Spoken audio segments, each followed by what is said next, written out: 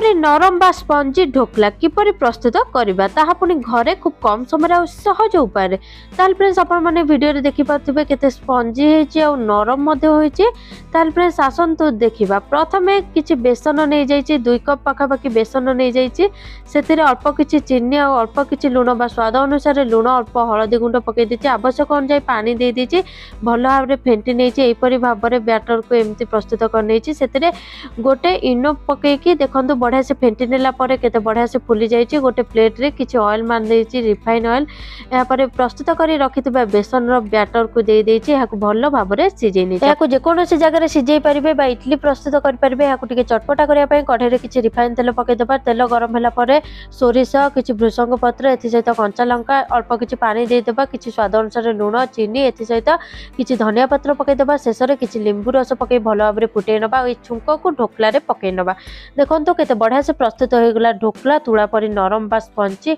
आ market Tharu भी आहुरी स्वादिष्ट ए परी थरुटी प्रस्तुत करी देखंतु। जदि वीडियोटी भलो लागि थाए लाइक शेयर कमेंट करिया को जमा भी हेले भूलिबे नै। ताल फ्रेंड्स ए ढोकला को आपण माने जे कोनोसी चटनी सहित खाइ परिबे हर मजा नै परिबे बहुत बढ़िया लागि थाए निश्चित भाबरे घरे प्रस्तुत करी देखंतु।